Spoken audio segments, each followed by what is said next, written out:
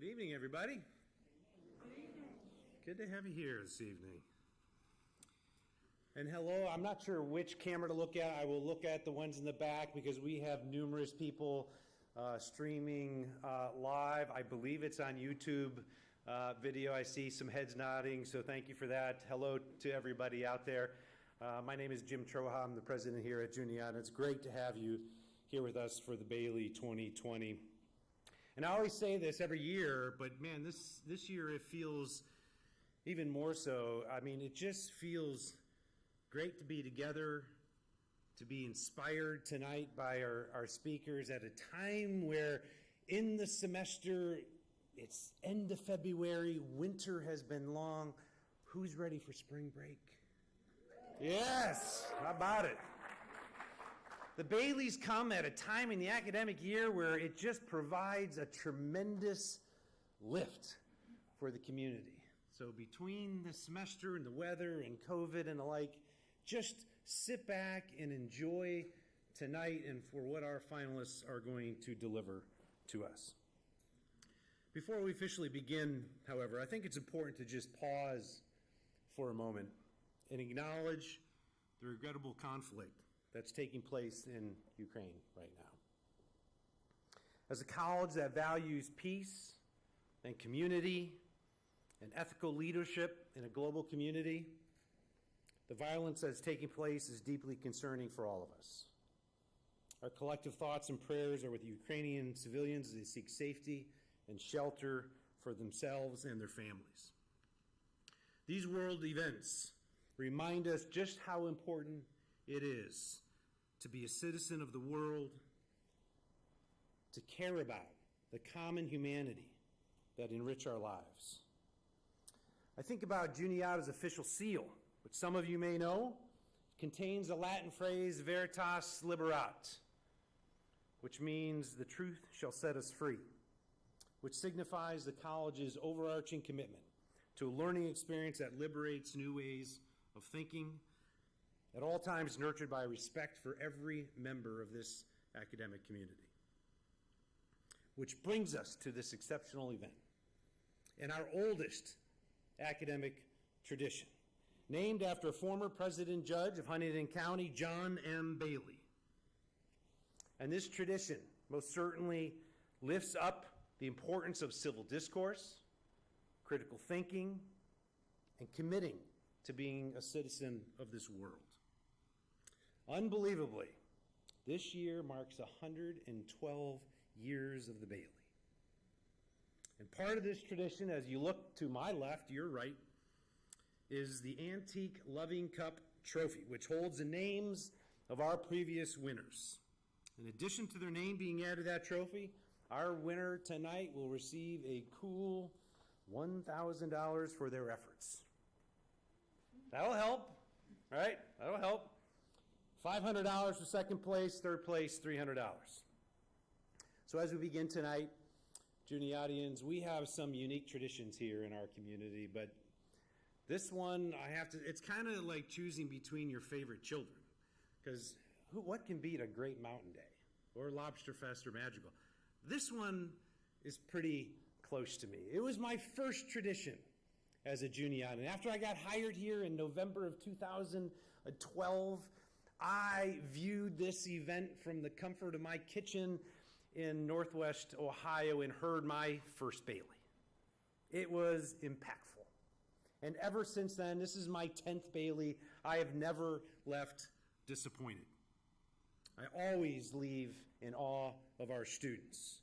I walk out of this space feeling encouraged, motivated, all ready to be a better Juniatian, a better human being.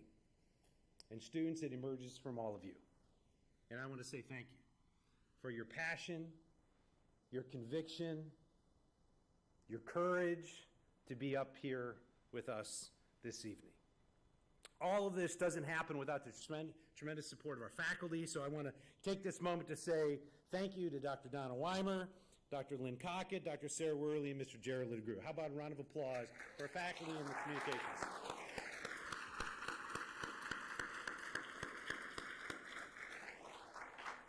Donna Donna will introduce our judges here in a minute, but students, are you ready for this?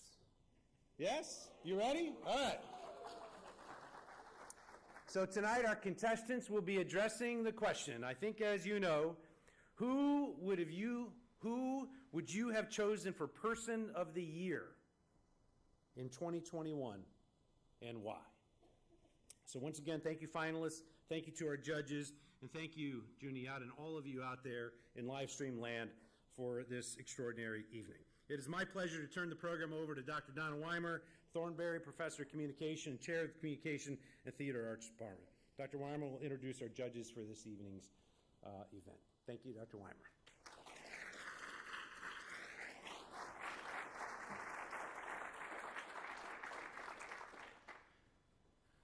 Here we are. We're ready, right? Way ready. Okay. Thank you, President Troja. Good evening, everyone. For 112 years, students at Juniata have stood before audiences to be counted through their thoughtful persuasion on diverse and difficult subjects. Tonight, we as a community will listen and become stronger through this fellowship to face what we must, much of which President Troja reminded us of.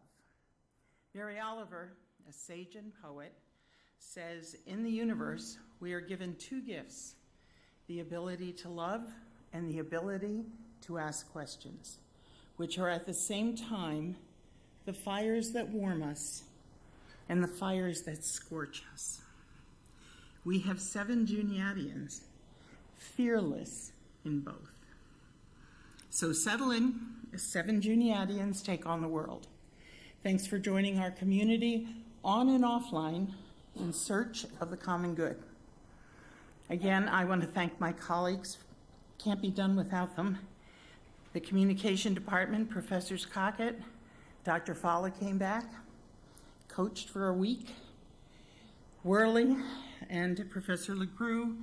I'm so pleased to have you share our passion and enjoyment of public speaking.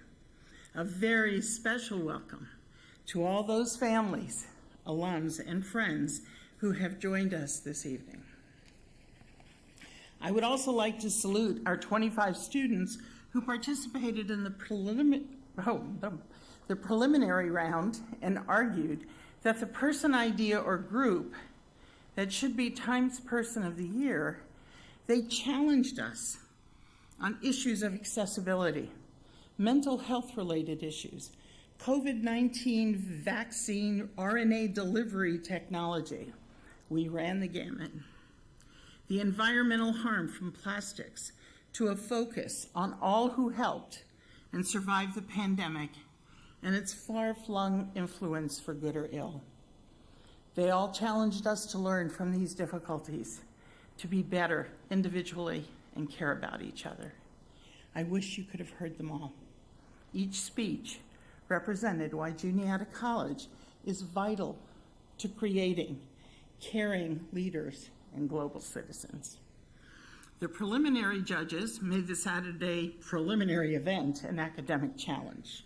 The judges, Julia Bogue, class of 2010, Chelsea Scifuro, 2013, and Nate Ulrich, 2019, were most impressed with their work and labored long into the afternoon assessing your speeches. These alums listened to speeches for 7 hours and deliberated another 2. They totaled 30 hours of volunteer service to JC. I'm hoping I can convince more of you to come back and judge. They spent a precious Saturday giving back to Juniata, evaluating speeches, choosing finalists, and writing critiques to help our Juniata students benefit, whether they placed as finalists or not. We simply have the best alums. Please help me thank them for sharing their dedication to the art and craft of public speaking.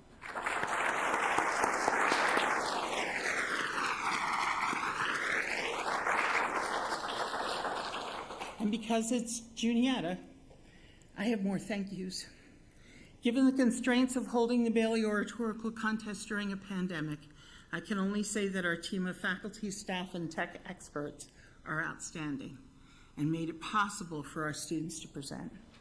Heather Bumbarger, who keeps all teams, locations, and detail after detail together across multiple areas with Lori Scheidler, arranged Alumni Hall into an agora of eloquence that was both safe and accessible. The digital media studio, you can see them, particularly Cole Handahan, Joe Tyler, Tom McLean, Isaac Baker, Jackie Everly, and Ann Woods, as well as the band of stalwart digital technicians, including TSC, coordinated not just this event, but the prelim event as well. Thanks to everyone who helped to make one of the oldest academic events into a high-tech Juniata extravaganza.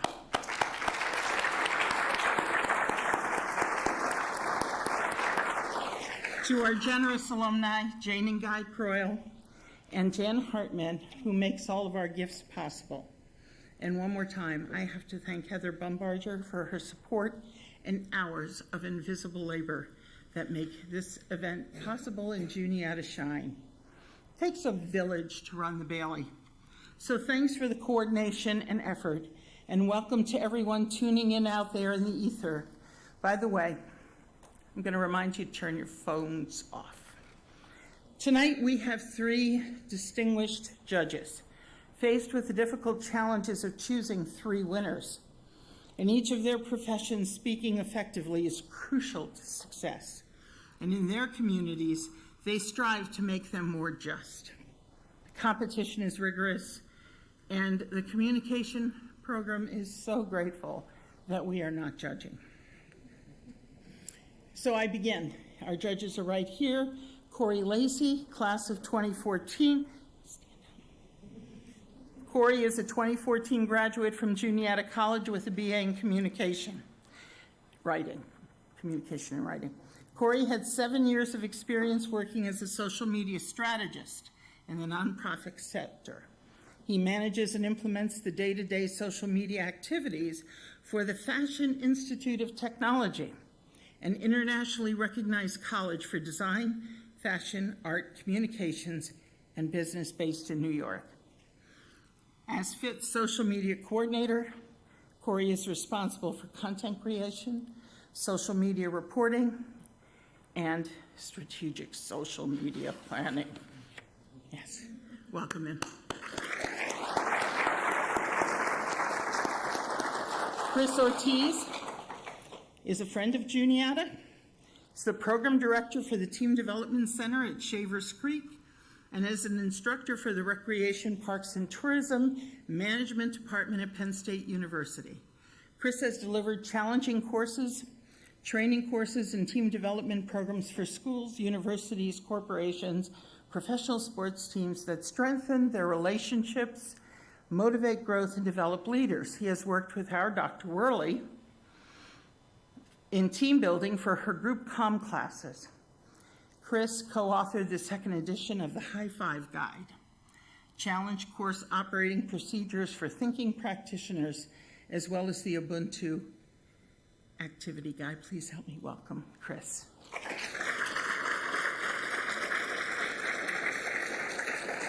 Last but not least, Jenny Wang, class of 2012. She received her master's in public communication from American University School of Communication and graduated from Juniata College with a BA in communication and management.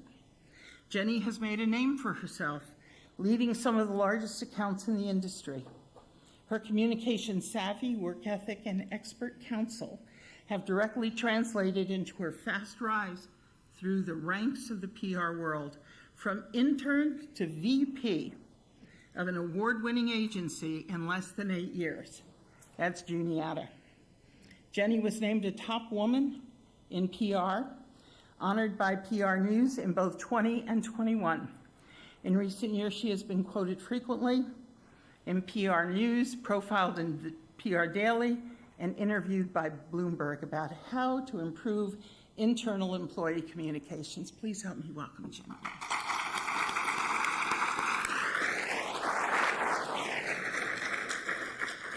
I left out that she's currently vice president. Sorry. Okay. Our finalists are speaking in the following order: Kyle Louder will go first. Alexa Sinque, second. Megan O'Reilly, third. Emily Kaltenbau, 4. Ishimi Burrell, 5. Elizabeth Bailey, 6. Caleb Blackstock, 7. Many of you ask, what criteria do the judges use? In brief, the speeches are persuasive in intent. They are 6 to 8 minutes, and these finalists will invite you to share their point of view and be persuaded to it. Their overall residual message must be clear. They must support it with organization, a clean line of reasoning, and a variety of evidence. They must adapt their message to this particular audience, engage us emotionally, and enhance their message with effective delivery. In other words, pretty much walk on water. So, as Tacitus says, eloquence burns bright, and that is how we are illuminated. So let's not wait a minute longer. May Hermes, the god and protector of ancient oratory, guide all of the finalists to eloquence. Okay, thank you.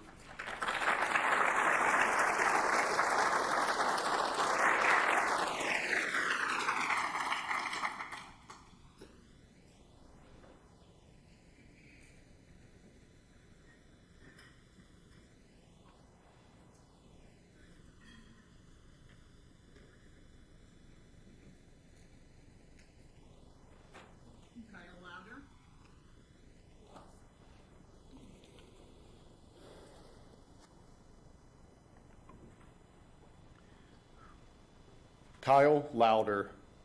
Our great republic is at a crossroads.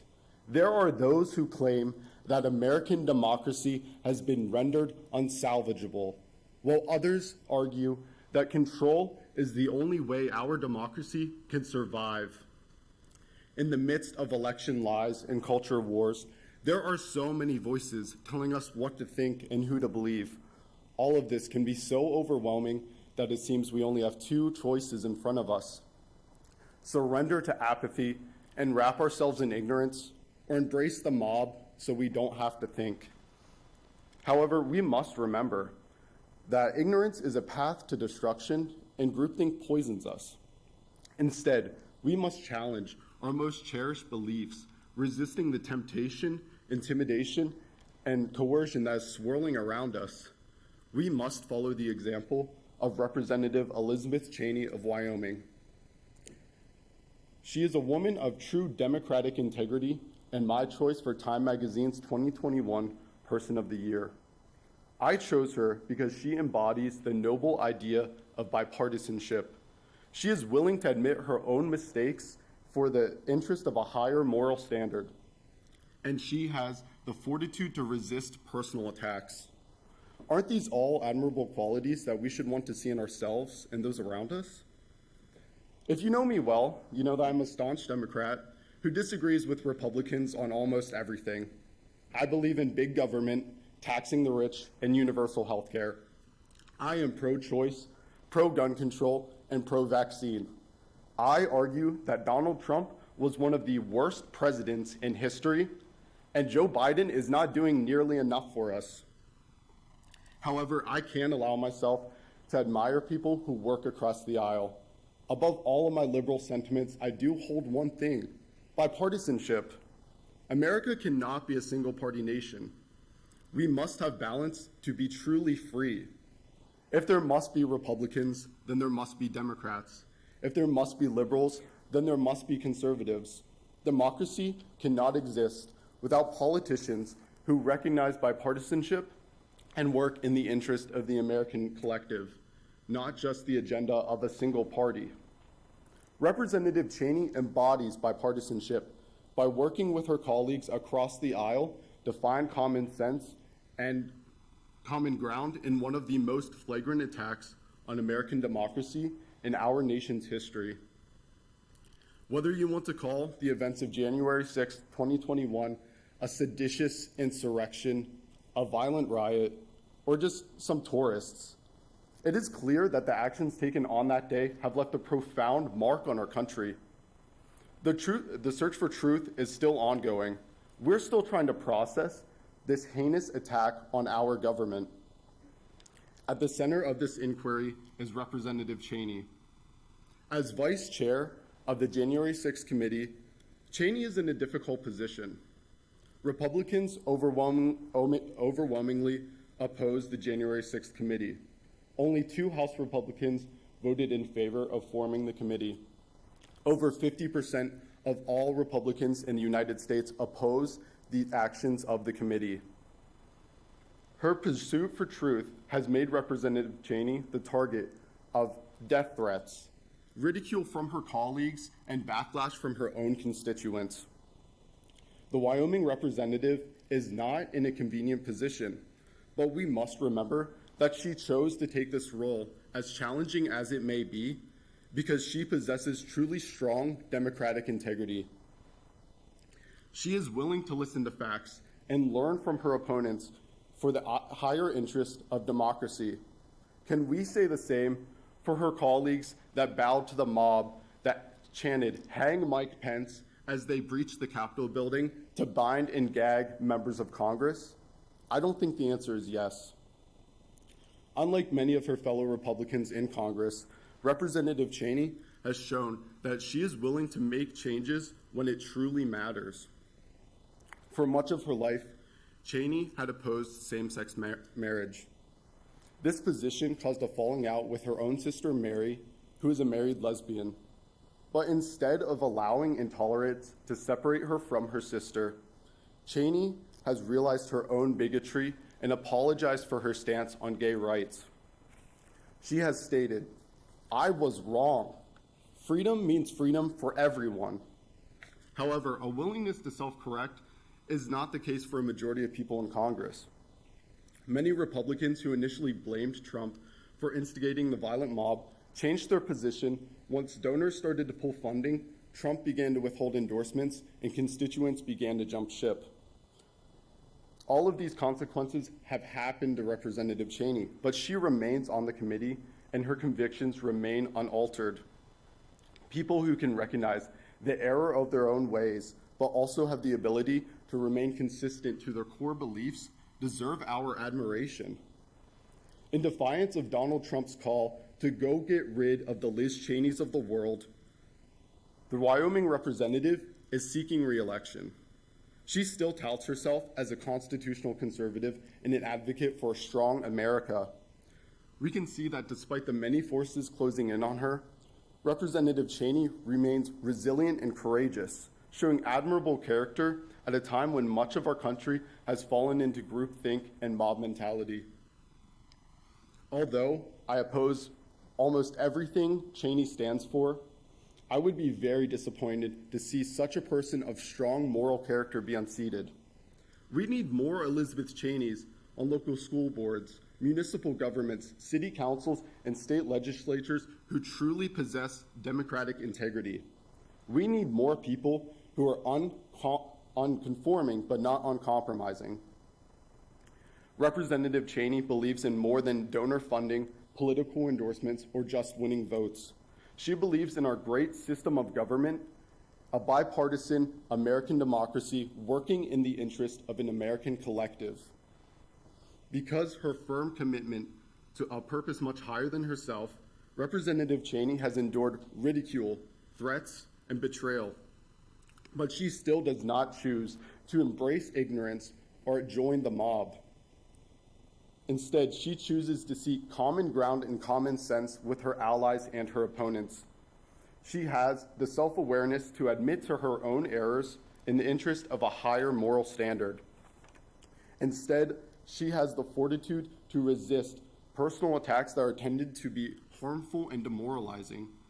Shouldn't we want to have these great qualities too?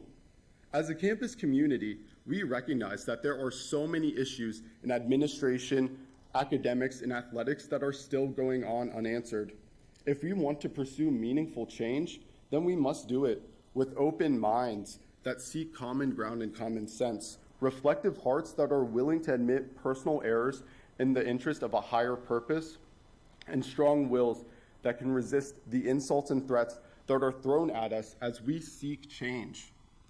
I nominate Representative Elizabeth Cheney of Wyoming for Time Magazine's 2021 Person of the Year, not because she is a single figure of wealth or power, but because she is a woman of true democratic integrity and strong moral character. She is a woman who I fundamentally oppose, but I absolutely respect. She stands at the precipice, but she does not step back. It is clear that the world needs more people with the same principles as Elizabeth Cheney. We have the power to be those people. Thank you.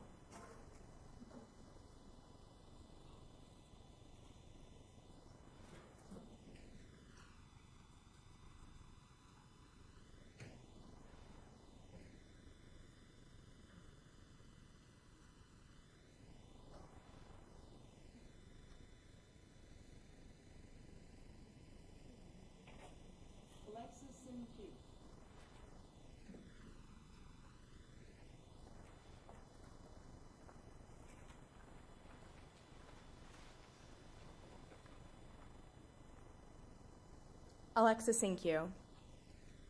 Headlines read, UNICEF warns, scale of education loss nearly insurmountable. Pew Research Center, COVID harmed kids' mental health and schools are feeling it. New York Times, this is really scary. Kids struggle with long COVID. Is this what it means to be a child in 2021? Well, I had the opportunity to find out firsthand over winter break when I worked as a substitute teacher. Admittedly, I was a little terrified. I mean, wouldn't you be given the headlines above? All we hear about is how children are behaviorally appalling and educationally distressing. But I'm also broke and in college, so I took the opportunity expecting the worst. But my God, was I proven wrong. I was with the same class each day, and I was greeted by the same 16 tiny backpacks, 32 tiny hands and feet, and so many bright eyes. But there was one student who really amazed me. One student who really proved my assumptions to be false. She models who we can and should aspire to be. So much so that I would nominate her as Time's Person of the Year for 2021. Who is she, you may be wondering? Well, none other than the radiant first grade girl, Millie Inez. Now, I highly doubt that you know Millie. She is certainly not as well known as Joe Biden or Betty White, but her resilience, kindness, and courage resides within all of our children and ourselves, who had to survive and adapt throughout 2021. My entire time with this class was honestly a privilege, but I want to share with you 3 specific moments that really made an impression on my heart, and I know will make one on yours as well. 3 key moments, and this first one will show you just how resilient Miss Millie is. Millie's in first grade. She's spunky and sweet and always dresses to emulate the tiny fashionista that she is. I was greeted by her sweet brown eyes one afternoon when she came up to the desk and asked me if I could help her tie her shoes. I asked her if she knew how or had ever tried to learn. She put her head down and shook it no. No, I tried, but it's really hard. Her disappointment hung in the air like a sad hymn. Such a young and capable child, so dismayed over such a simple task. I smiled at her, and I said, "Wow, it's awfully good that you can do difficult things, isn't it, Miss Millie?" She looked up at me, a hint of a smile peeking through her braided hair. "Here, I'll show you, and we can practice. I'll show you as many times as you need. You can do it, honey, even if it feels hard right now. I believe in you." Her whole demeanor changed, and she looked at her shoe, brimming with determination on how to tie her 2 lace bunny ears together. "That's the part that gets me," she said. "Those darn bunny ears." Those darn bunny ears, indeed. Millie was always the first student to offer her supplies or encouragement, and one day, one of her classmates started to cry in frustration when she was trying to do some math problems. Before I even saw her crying, Millie went over to her, hugged her, and told her that it's okay, that she can do hard things. Millie's resilience through this challenging task helped her to be gentle with herself and subsequently gentle with others. Being gentle with ourselves, especially during difficult times, is an endeavor that's necessary for all of us to embark on. The second moment I want to share with you occurred during group work time. Millie showed me in this moment what it means to be genuinely kind. So as a form of positive reinforcement, I brought in a gaggle of Squishmallows. And if you don't know what those are, they're a popular kind of stuffed animal. I brought them in as learning buddies for the class. So they would sit with students when they were working exceptionally well, and they would move away when they were not. Millie would set her pencil straight, sit up taller, and train her eyes directly on the board the second that the learning buddies would come out. She would eye them, but not expectantly, never expectantly. The first learning buddy to visit her was Bubbles, a blue and purple tie-dyed bunny. This little girl exuberated in excitement when her learning buddy got to join her for group work. She made sure that Bubbles had a turn with her partner. She said, calling me over, "Hey, Miss Inkyu, Bubbles is winning the math game right now. She's like really good at it. I cannot believe it." As her and her partner giggled and added up their number, another group of girls came over and asked if they could join Millie's group and play with Bubbles. She said, "Yeah, of course, as long as you're nice to Bubbles. She deserves to be treated nicely and respected just like us, so you better not push her or throw her and let her take her turn." The girls agreed, and they all got to adding and trying to beat Bubbles, the math aficionado, immediately. I stood there in amazement in that moment. In a time where everything feels cruel and in opposition to our existence, it can be hard to find kindness. It can be difficult to approach others with compassion when you're not always met with compassion yourself. Millie led by example for proper treatment of Bubbles, and I know that if another person was ever treated poorly, she would not stand for it. And we should not stand for it either, especially when things feel cruel. My final moment in recalling why this little girl is exceptional is found on the day of our holiday party. Millie had enough courage to fix even the cowardly lion's problems. Every day leading up to my last day there, the kids asked me, how many days are we away from it? The holiday party. The day of, we played Pass the Parcel. It's an easy but super fun game where the students remove one layer of gift wrap, pass it until the toy is completely unwrapped. Whoever removes the last layer gets to keep the toy. However, one student did start to get mad when the classmate sitting next to him got the toy and he did not. You have got to be kidding me. I was so close, and I would like that toy so much better than Ava. He immediately started to pout and crossed his arms. Miss Millie, however, was having none of that. She turned to him, put her finger up, and said, "Josh, maybe you should just try being happy for Ava. She got a super cool gift, and just because you didn't get it doesn't mean that you have to be mean about it." The whole class fell silent. Josh struggled to find words, and Millie was still not having it, turned to him and said, "No, say sorry. That was not nice." And he did. Who here would have had that courage at her age? I know I wouldn't have. She wasn't mean, but she demanded respect. Setting boundaries and advocating in the name of defending what is right can be more than difficult. But Millie reminds us in this moment that not only is it possible, but it's also necessary and powerful. It might be scary, but if she can do it, we certainly can. In a Forbes article, a child behavioral specialist noted that younger students are having an especially hard time socializing in school again, and this is causing an increase in maladaptive behavior. It's undeniable that this pandemic has taken a very serious toll on, well, everything. However, Millie serves as a reminder of the potential that lives within all of our children, that lives with all of us, despite what has been taken away from us in this pandemic. She reveals a commonality of good within us. Naming her as Times Person for the year for 2021 is an opportunity to recognize this and celebrate it. Her story is echoed by all of our children and even ourselves. A question kids are commonly asked when they're growing up is, what do you want to be when you grow up? As we continue to grow, we should strive to be like our children. We should want to be like Millie, resilient, kind, and courageous.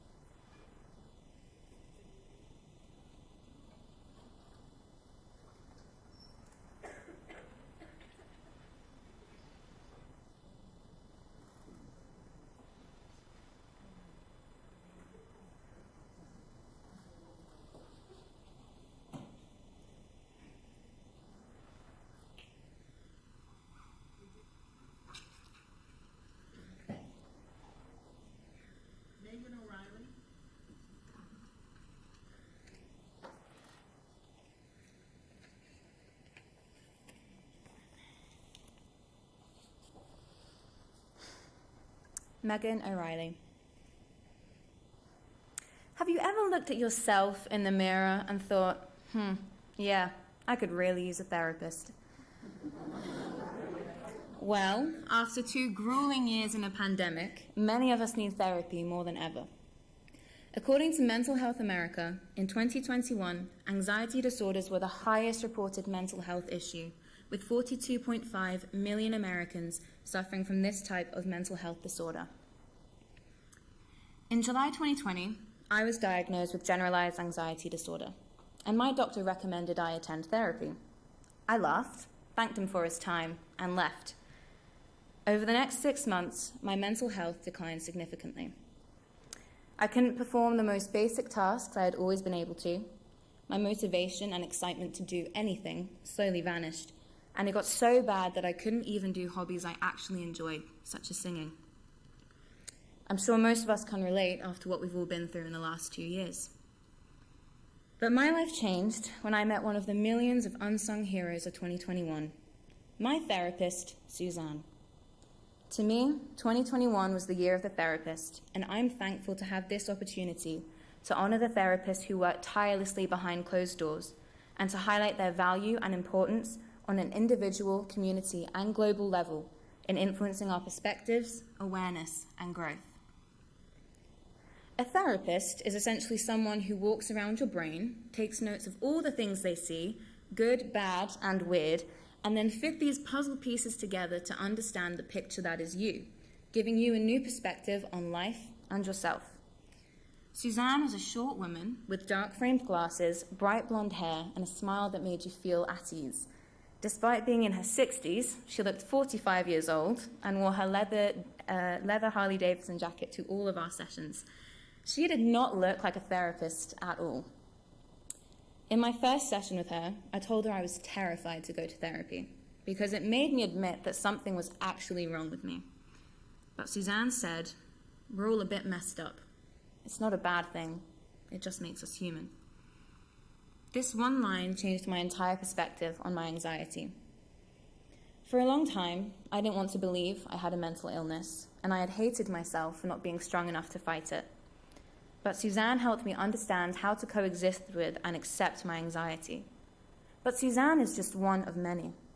Throughout 2021, the invisible labor of therapists went unrecognized by most, but they continued to change the lives and perspectives of many within their communities, taking care of themselves while struggling in the most challenging years we've seen in the 21st century. In addition to our own personal pressing problems, global events affect us all, stretching us to our limits and creating divisions between us. But therapy is a tool we can utilize to help bridge those divides, help us deal with global events, and understand the perspectives of others. When you learn to understand yourself, why you are the way you are, and how you came to be that way, you not only become more gracious, understanding, and kinder to yourself, but also to others. It wasn't just a new perspective that I gained. Suzanne also increased my awareness of my anxiety, how to recognize it, and to understand what anxiety actually is.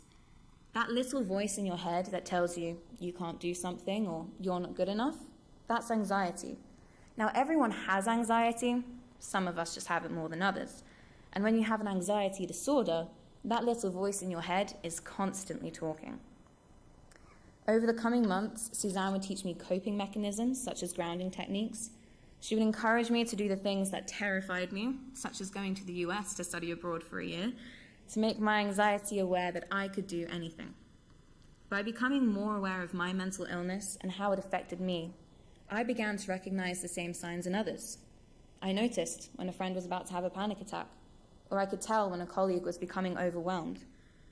I was able to utilize the tools I had learned from Suzanne to help those within my community. And that is the ripple effect therapists have on their clients. And it is just one way awareness of mental health issues can change a community in a positive way. Finally, Suzanne had the most profound impact on my personal growth during 2021. One of the things we spent the most work on was decreasing my shame around my anxiety. Suzanne encouraged me to tell my friends, colleagues, and family about what I was going through. After telling my singing teacher about my anxiety, we managed to make accommodations so I could try to get back into singing. In August 2021, I got up in front of 200 people in Juniata College's dining hall and sang in a talent show. 6 months earlier, I couldn't even sing a note.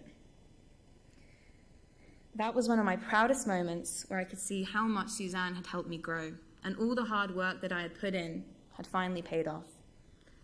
Therapists like Suzanne work in every community in the world, inspiring people to grow and become the best version of themselves. When people are the best version of themselves, they are their best selves to others. According to Counseling Today, therapy helps communities become healthier, encouraging them to work together to create a better world.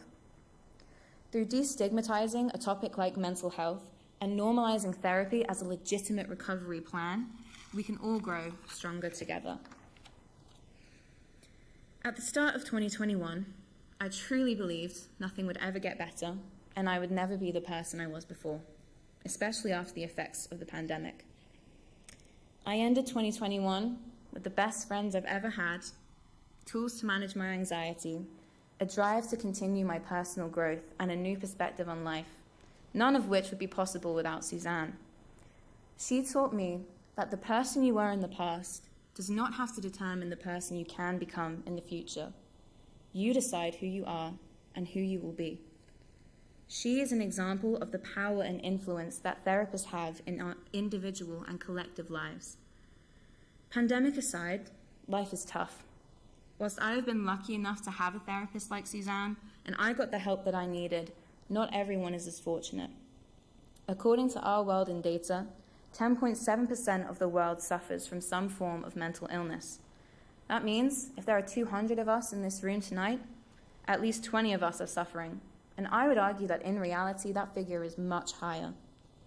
This data highlights the necessity for easily accessible therapy to become a global priority. And whilst the COVID-19 pandemic propelled avenues like teletherapy forward, there is still a lot more work to be done.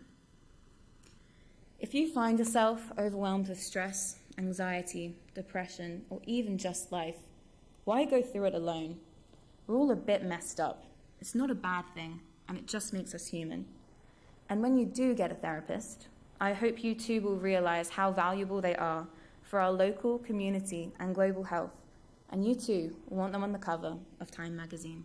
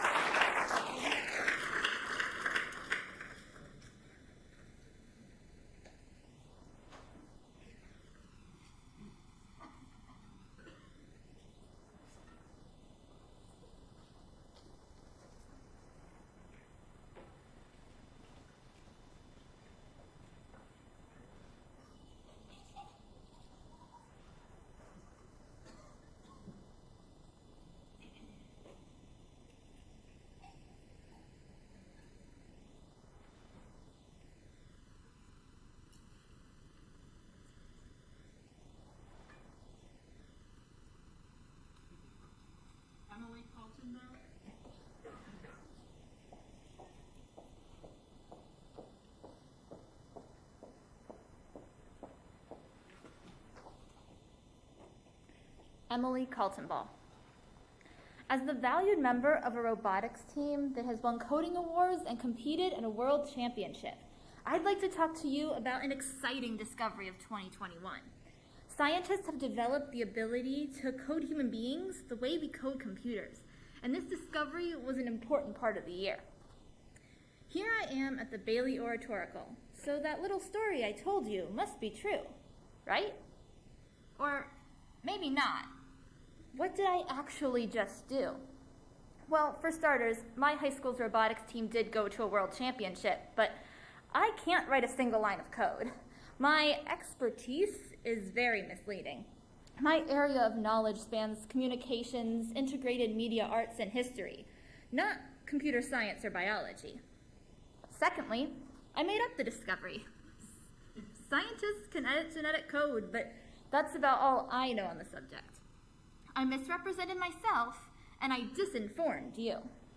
According to the College of Staten Island Library, quote, disinformation is the deliberate dissemination of false or inaccurate information, while misinformation is the sharing of inaccurate or misleading information in an unintentional way. These two concepts are often entangled together, and we saw plenty of this faulty information in 2021. I'd argue that misinformation and disinformation were defining factors of 2021 that deserve our most serious attention, concepts worthy enough to be Time magazine's Person of the Year. We can see this in the political sphere, in the public health sphere, and finally, in the sphere of truth itself. As individuals, we have the responsibility to be conscious of the types of information we consume. And for a better 2022, we need to recognize the dramatic effects these concepts have in our lives. Do you remember where you were on January 6th of 2021? For me, it was maybe 20 minutes after I turned on C-SPAN when then Vice President Mike Pence was shuttled out of the Senate. Slowly the news reports came in and I scoured Twitter for real-time updates. It was a dramatic experience. I meant to spend 30 minutes watching an election certification and ended up spending the rest of the day watching the Capitol be breached. But what was January 6th? Was it violent? A riot? An insurrection? Was it domestic terrorism? Or Antifa? Did the people in the Capitol building behave like tourists? Misinformation abounded as different parts of the country got a different version of events. The idea that January 6th was a peaceful event is blatantly false. According to U.S. prosecutors, January 6th caused over $1.5 million in damage to the U.S. Capitol building. Damages ranging from broken glass to human feces spread throughout the building. At least 9 individuals died in events related to January 6th. The United States Capitol building was breached as Congress was certifying a national election, and yet, according to an ABC poll, only 72% of Americans believe the attack was an attack on our democracy. As a general rule, right-wing media reported a very different day than portrayed in videos and in their own personal texts, and their coverage directly led to the disinformation of thousands of Americans. Roughly 34% of Americans believed the big lie that the 2020 election was stolen. That's roughly 1 in every 3 Americans. The big lie has led to restrictive voting laws, such as the Georgia law, in which individuals are barred from handing out water to voters waiting in hours-long waiting lines. Restrictive voting laws and continued tales of stolen elections are attacks on our democracy. This concerns all Americans, regardless of political party. We need to be strengthening our democracy rather than allowing disinformation to weaken it. The consequence of doing nothing could be the loss of our democracy. Have you seen misinformation or disinformation in the last year due to COVID? Probably. In the sphere of public health, misinformation has had severe consequences. Take the rising anti-vax movement that claims a vaccine is more dangerous than a disease that has killed over 950,000 Americans in 2 years. We're only 4% of the world's population, yet our country makes up roughly 16% of the world's COVID deaths. Or take the fact that if I walk down to Weis tomorrow, most of my fellow shoppers will be unmasked, despite CDC guidance still advising otherwise. These behaviors are fueled by misinformation. Joe Rogan's podcast recently came under fire for its contribution to COVID disinformation. A team of medical professionals, epidemiologists, and science communicators wrote an open letter to Spotify criticizing the publication of the podcast and calling on Spotify to take responsibility for misinformation on their platform. When people believe conspiracy theories and misinformation, it can have life-altering consequences. Like for the 5 children of Kevin and Misty Mitchum, now orphaned after their parents, an unvaccinated couple from Virginia, died from COVID 2 weeks apart. The consequence of doing nothing can be death. In 2021, the consequences of misinformation and disinformation can be seen in both the political and public health spheres. And we can also see these consequences in relation to truth itself. Let me ask you a question. Do you believe what you see in the media or on social media? Or maybe the better question is, can we believe what we see? Alternative social media sites have a reputation for harboring misinformation, but they aren't unique in this regard. I have a distant family member who often posts on Facebook about natural immunity from COVID being equal to the protection of vaccines. And a frequent commenter on these posts is this relative's cousin, a professional biologist who posts peer-reviewed studies in the Facebook comments to combat this misinformation. We also can see an influence of confirmation bias, that idea that you'll be attracted to information that supports what you already think, which allows for misinformation to thrive. With confirmation bias and misinformation, especially online, how can we trust what we see to be true? According to Aristotle, quote, falsehood is mean and culpable, and truth is noble and worthy of praise. If we value truth and knowledge, then we must be proactive. The consequence of passivity could be access to truth itself. This year, we've all been inundated with information intended to deceive and mislead us.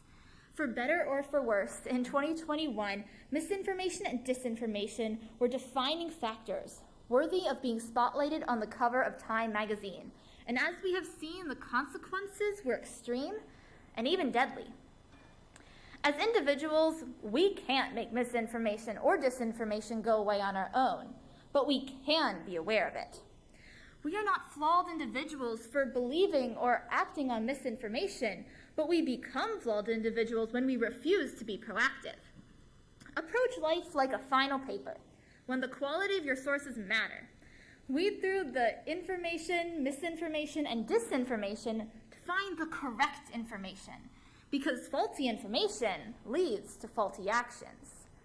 Question what you think you know to make sure that you are not being fooled. Recognizing the influence of misinformation and disinformation in 2021 matters because it is only the beginning.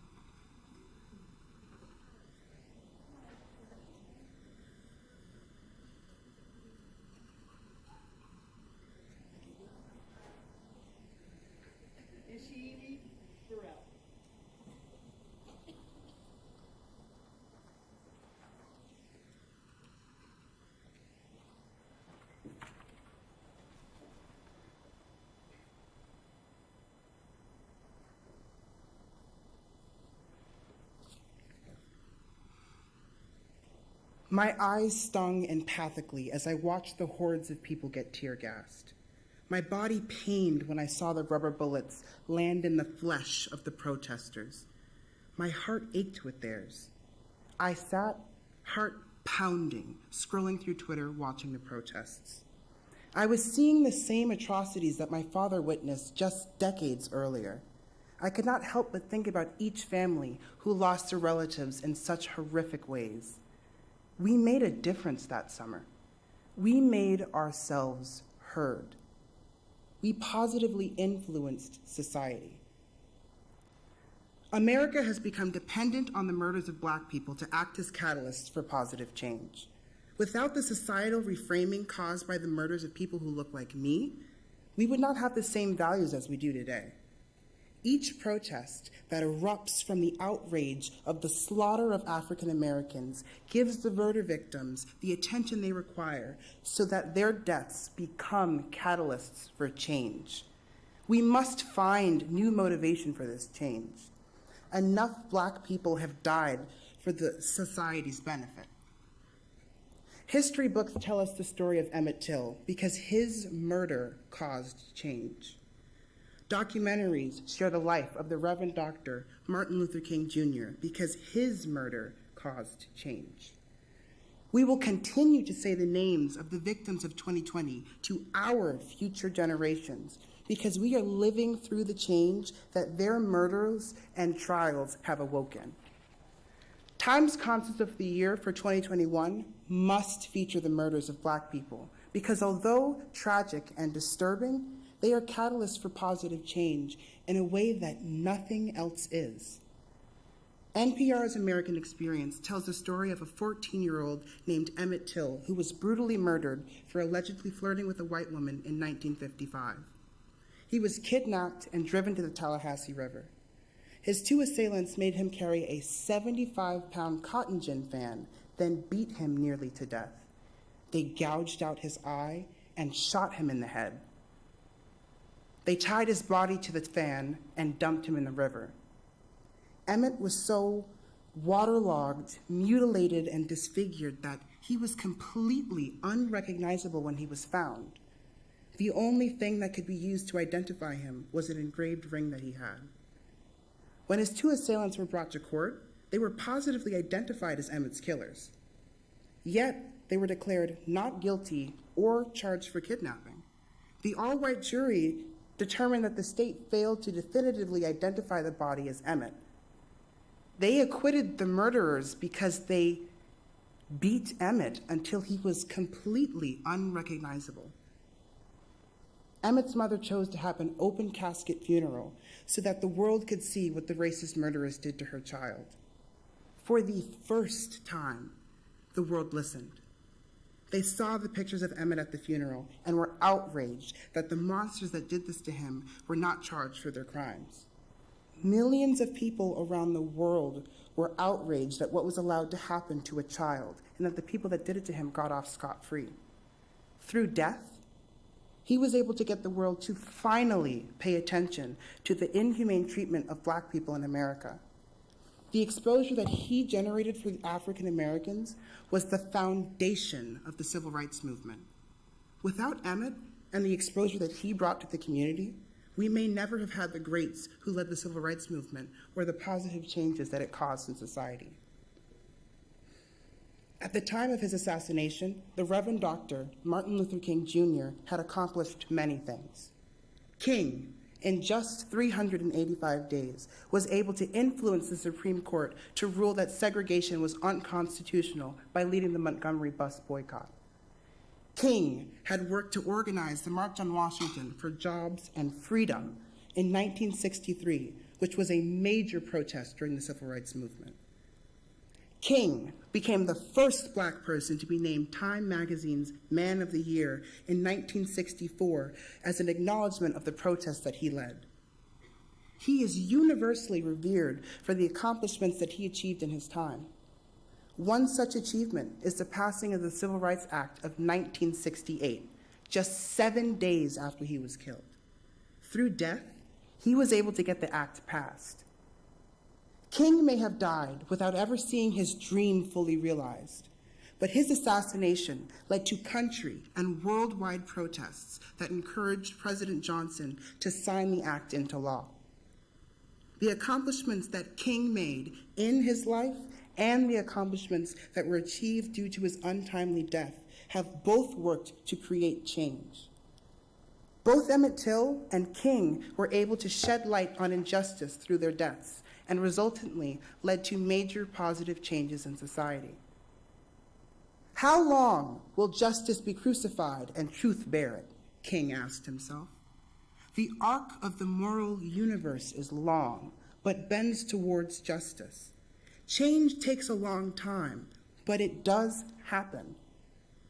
The murders of Black people affected 2020 socially, but their echoes affected 2021 legislative and judicially.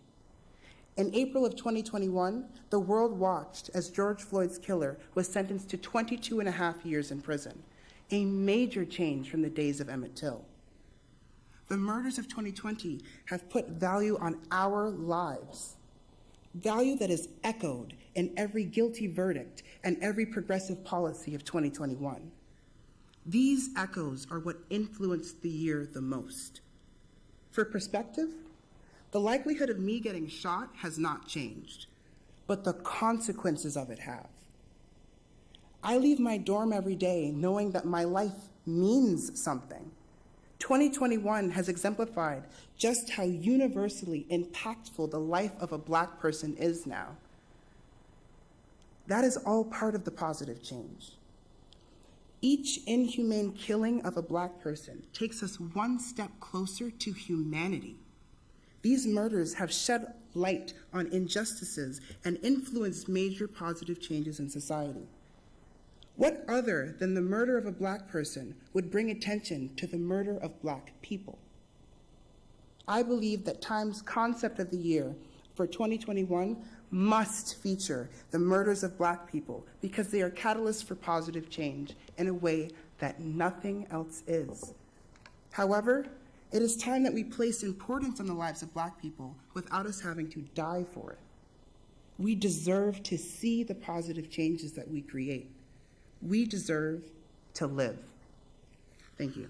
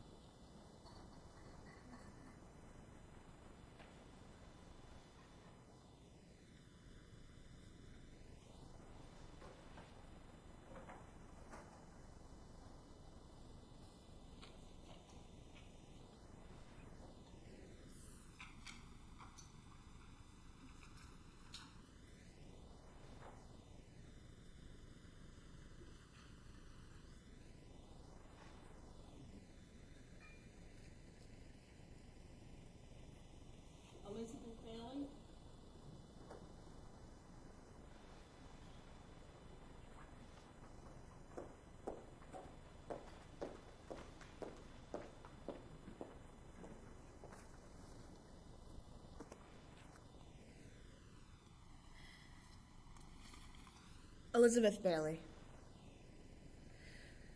Since its beginning in 1927, Time Magazine's Person of the Year award has been viewed as an apex of achievement. In the society we have built, in which we are obsessed with individual success, being named Person of the Year carries an assumption of greatness, good or bad, and the winners often end up idolized in the spotlight. No one exemplifies this better than 2021's recently announced Person of the Year, Elon Musk, a staunch capitalist often praised for his independence. But 2021 was a year where we survived an ongoing pandemic, economic collapse, and humanitarian crisis after humanitarian crisis, and they gave it to a billionaire. After everything we went through worldwide, how do we possibly honor one person? Instead, I propose that we use this award to create awareness for what we often take for granted, our global community, which none of us would have survived the past year or any year without. We live in a world that, to our detriment, idolizes individualism. 2021 stands as an example of how that harms us. Instead, we should be looking at how acknowledging our global community can change the world for the better. Let's start with the obvious, shall we? We live in a culture that prioritizes individual success. Everyone wants to stand in the spotlight, and we want to stand there alone. From college admissions to the Olympics, competition dominates our lives. The Bailey Oratorical is one of the oldest traditions at Juniata, and it's a competition. We are taught that independent struggle is all that matters, and that relying on or acknowledging others will diminish our achievement. It is not enough to be good. We must be better than everybody else. The Person of the Year award is the perfect example of this. 94 years of winners, and only 11 have been groups. And even these groups were chosen as stand-ins for individuals. 2003 nominated the American Soldier. 2011 nominated the Protester. 2006 simply nominated you. The fact that we hold this contest up as an example of what to strive for is a reflection of our do-it-yourself society. This contest, and the culture that we live in, emphasizes individual success. Why is that an issue? Because it creates the delusion that it is possible, or in fact that it is admirable, to live on your own without any help from others. That simply isn't true. Can anyone here truly say that they've never relied on another person? 2021 answered that question with a resounding no. 2021 was a year we spent trying to recover from injuries that weren't healing. Surges of COVID, political turmoil, supply chain collapse, increased anxiety and depression, losing family and friends, feeling helpless was something that unified us. The relief that we did have wouldn't have been possible without the scientists who worked on the COVID-19 vaccines and the millions of people who agreed to keep others safe by taking them. We all relied on essential workers, community volunteers, and, in short, each other. If you took an online course in 2021, or saw a therapist, or ordered food from DoorDash, you benefited from the global community. And I do mean global.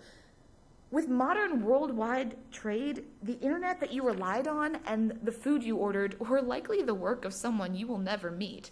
We were isolated, but we were never alone. I am an introvert. I prefer my own company most of the time. But I didn't make the clothes I'm wearing, and I didn't grow the food I ate for breakfast. I'm willing to bet that you didn't either. We rely on the work of others. And, in fact, a lot of the harm in the world is caused by this idolization of being alone, and the people who subscribe to it. CEOs, politicians, the mythical 1%, the people whose decisions have the most impact on the lives of others, are most often the people who insist they got there on their own, such as a CEO who exploits their workers to get to the top, a politician who undermines the voters that got them where they are, or a college administrator who ignores the needs of their minority students. Elon Musk can call himself a self-made man all he likes, but he didn't found Tesla. He bought the company, and his workers made him his billions. There's a reason individualism is praised. If your goal is to put yourself above everyone else, it's effective. But 2021 showed us that we can be better than that. Every person's success can be attributed, at least in part, to the help of someone else. I'm not here to knock competition. That would be extremely hypocritical of me right now. But it doesn't detract from my efforts to acknowledge all the people who helped me get here, including the friend who drove for an hour so I could speak here tonight. Refusing to acknowledge the way that our lives are dependent on other people encourages a culture that makes the world worse. Instead, existing in and acknowledging our global community will make it better. So why is acknowledgement so important? Well, in order for something to be put into practice, we have to care about it. And in order to care about it, we have to know what it is. We want it to be fought for. We want it to win. The same culture that values competitive individualism can in turn be molded into making the world a more cooperative place, all by placing some prestige or basic acknowledgement on what is real, what we work for and benefit from every day, our global community. The Time Magazine Person of the Year is the place to start. Time may be an American magazine, but with the internet, yet another innovation that no single person can claim to be wholly responsible for, It is available worldwide, and the Person of the Year edition is by far its most popular. As much as we tell ourselves that good work is its own reward, the truth is that we want approval. Take it from a former honor roll student whose parents put quite a bit of emphasis on grades. An award goes a long way. Think of a moment when something you worked hard on went completely ignored. Didn't that sting? Something as simple as a good job or thank you goes a long way. Acknowledgement is our first step away from competitive individualism and towards cooperation for the common good. I'll leave you with this. Look at where we are. We're sitting in a room that none of us built, made from materials none of us harvested, in a college that none of us founded. Not a single one of us would be here tonight without the labors of others. We have everything to gain by living in that acknowledgement. Our culture of individualism pits us against each other, but 2021, if it did anything, proved that cooperation is necessary. By commemorating our global community as Person of the Year, and by extension, all of us, we move forward in a positive direction. We built the spotlight to shine on one person, but we can make room.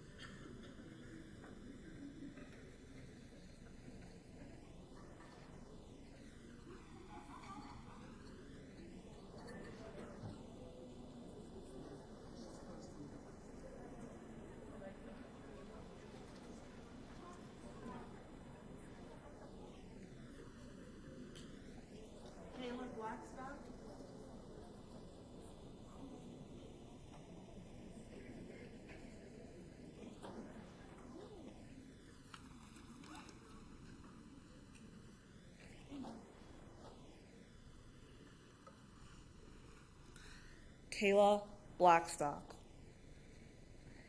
If I asked you to choose a person at any point in time who deserves the same award as Martin Luther King Jr., you probably would not think of Adolf Hitler. Yet Time magazine gave each of these men, a freedom fighter and a dictator, the same award for Person of the Year. My choice for Person of the Year was Simone Biles. However, the most recent recipient is Elon Musk, a man who Time magazine describes as a visionary, industrialist, and showman, and critics describe as the worst choice ever. And at first, the fact that she did not get the award and he did made me angry. How could someone who did so much good not get the award? But then I noticed that by stressing over who did and did not deserve the award, I was giving way too much power to the award itself. I was missing the point that Simone Biles was trying to make by withdrawing herself from the mental pain that the Olympics caused her. So in order to really understand what she was trying to say, I realized that I should not claim that she deserves this award because she does not need it. And if she does not need it, and he does not need it, then we do not need it. So now, when you ask me who I would have chosen for Person of the Year in 2021 and why, my answer is no one. We do not need awards like these because the qualifications are flawed, allowing harmful people to win the award and beneficial people to lose it. My first point is that the qualifications for Time magazine's Person of the Year have inherent flaws. According to Time magazine, the award goes to the person, group, or idea that, quote, for good, or ill has most influenced events in the preceding year. This award is not about achievement, it is about influence. I'm sure that seems as odd to you as it is to me, that you can do the best thing in the world or the worst thing in the world and get the exact same award. Which leads me to my next point, that these flawed qualifications cause the award to go to harmful people. To understand this, let's look a bit closer at the most recent and controversial recipient, Elon Musk. On one hand, he could have been given the award for his influence on the world for the better. After all, he is the CEO of Tesla, a company that is working on a car that soon will not need gas or a driver. The company is also one of the biggest private contributors to fighting climate change. He is also the CEO of SpaceX, a company that is discovering a potential future off of Earth by working to colonize Mars. However, giving Elon Musk this award inherently celebrates his negative influences on the world. For evidence towards this, let's take a look at his Twitter account, for which he has 62.5 million followers. On July 5th of 2020, in response to an accusation that the US government organized a coup in Bolivia so that Musk could obtain their lithium, Elon Musk tweeted, "We will coup whoever we want. Deal with it." This is just one instance of Elon Musk consistently ignoring the law to get the things that he wants and doing the things that make him the richest man in the world. And on December 16th of 2020, Elon Musk tweeted, "I absolutely support trans, but all these pronouns are an aesthetic nightmare." This is not his first time invalidating and even making a joke of entire communities of people, especially the LGBT community. This is the man that Time magazine decided to honor, and he's teaching lessons of greed and prejudice, to name a few. Because this award goes to harmful people, it leaves out those with much more virtuous traits.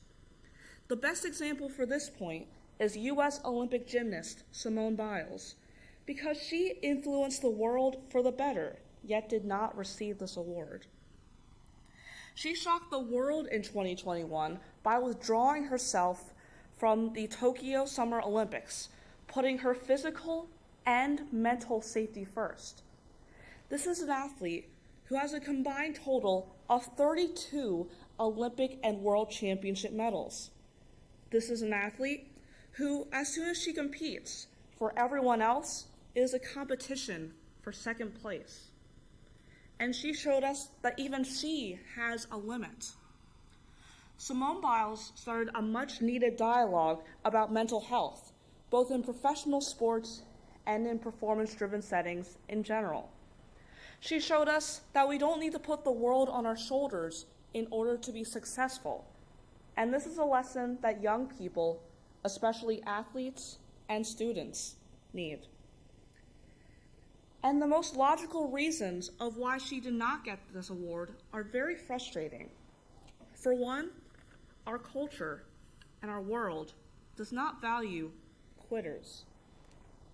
When Simone Biles withdrew from the Olympics, there were criticisms of her being anti-American and selfish. To them, she should have just put her feelings aside and brought home the gold. We value grind culture, pushing ourselves to the limit and then some. And these are all of the things that Elon Musk represents. Competition, struggle, going above and beyond to get what you want at the expense of others. We will coup whoever we want. Deal with it. Simone Biles did something that was human, and for that, she lost. Another possible reason that she did not get this award is that people like her, people like me, do not get this award.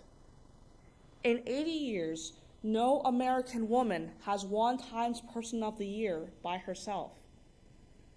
No Black woman has ever won this award by herself. why should I pay attention to an award that was never meant for me to win? So with all of this in mind, it makes the most sense to dissolve this award altogether. Nelson Mandela, a man who won the award in 1993, once said, quote, "I've never cared very much for personal prizes. A person does not become a freedom fighter in the hope of winning awards. We do not have to be a freedom fighter, and we do not have to be a dictator to think of ourselves as worthy of recognition. Because awards are subjective, we must make sure that our aim towards them do not trump our own purposes in our lives. So let us not be who we want to be for a medal, for a cover on a magazine, or even for a trophy. Let us be who we want to be because we want to be."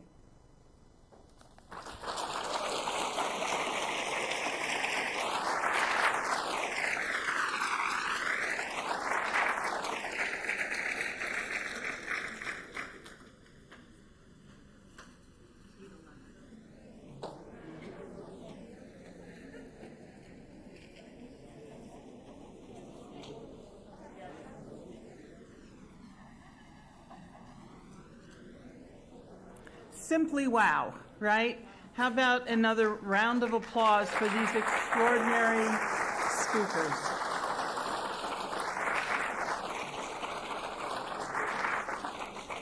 I'm going to ask you to stay. The judges are going to deliberate for about 15 minutes.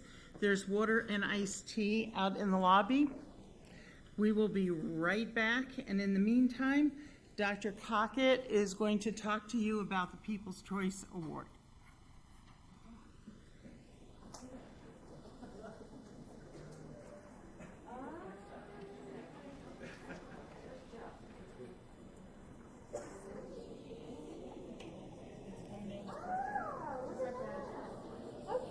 Hey everybody. While you wait, hopefully it won't be too long. President Troja has asked the judges not to take too long. We have an opportunity for you to vote for your favorite speech of the evening. So this is the audience, the People's Choice Award, and behind me on the screen you'll get information about how to make that vote.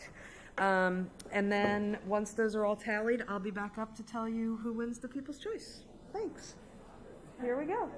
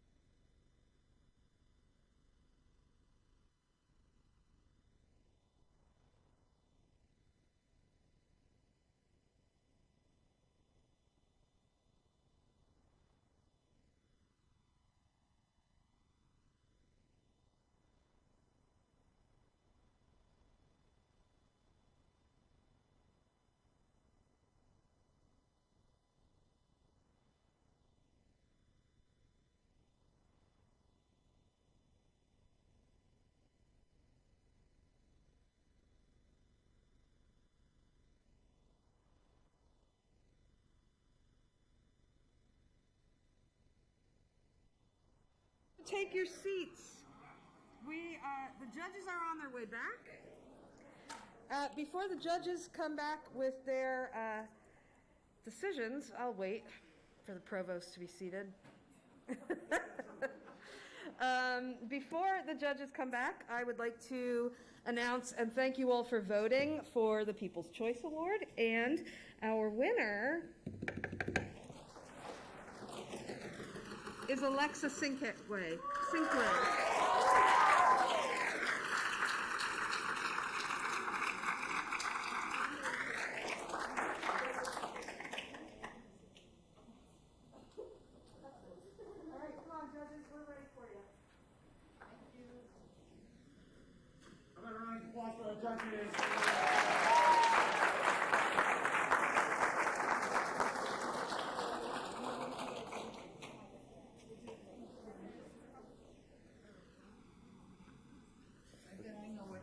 What's the one year we did in front of the mic?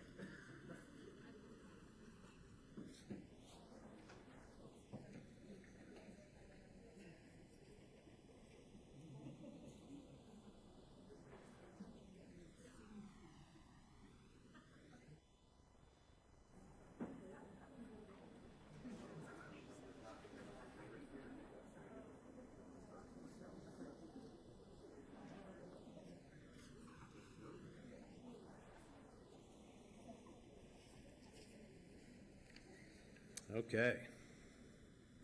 Here we go. One time Donna brought these to me right behind the podium, and we were talking about the order of the winners. I think the entire world heard us. So we were trying to step away this time.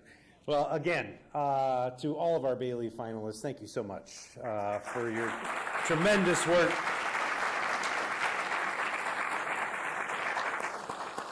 We did not disappoint, and judges, thank you for spending the evening and the time with us tonight. We really, really appreciate it. Okay, so here we go. Starting in third place, please join me in congratulating Alexa Sinkway.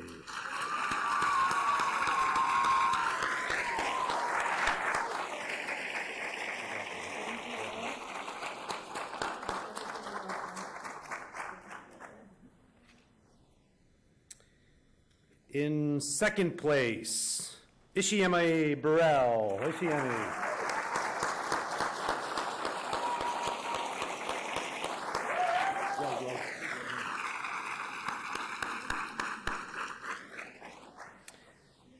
And the Bailey for 2022 goes to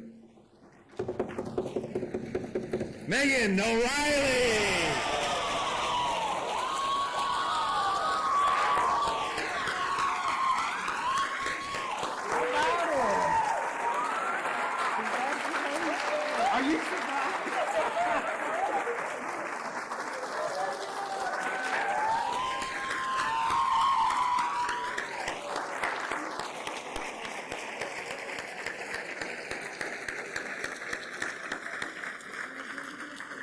Thank you so much for joining us for Bailey's 2022. Hopefully we'll see you next year wherever you may be. Thank you again for coming tonight.